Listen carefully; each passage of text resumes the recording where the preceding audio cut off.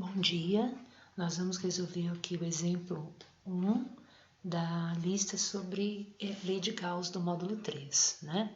Então a questão começa, se a carga líquida no interior de uma superfície fechada é zero, é possível linhas de campo atravessarem a superfície?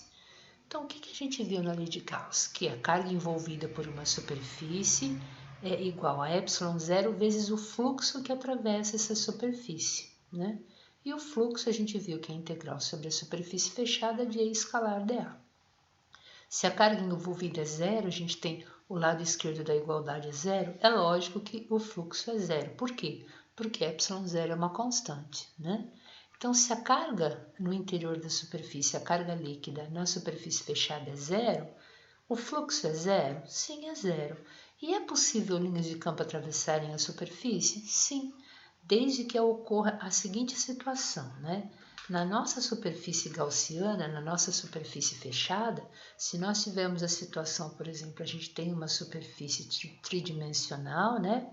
Mas se a gente tem a quantidade de linhas de campo que entram nessa região sendo igual à quantidade de linhas de campo que sai dessa região, significa que o fluxo do campo elétrico que atravessa essa região é zero. Então, eu posso ter linhas atravessando a superfície fechada, a superfície gaussiana, mas se o número de linhas que entram for igual ao número de linhas que saem, significa que o fluxo é zero. E se o fluxo é zero, a carga é igual a zero. Então, quando ele pergunta se é possível linhas de campo atravessarem a superfície, sim. A gente vai responder que sim, é possível, né? Então, isso é possível.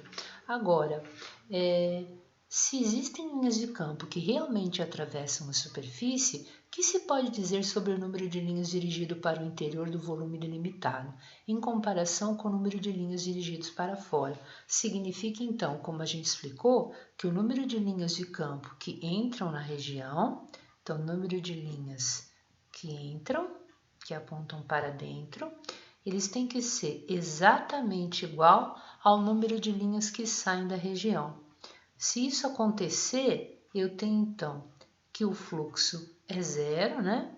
Se o fluxo é zero, então significa que a carga envolvida pela superfície é zero também, tá bom? Espero tê-los ajudado.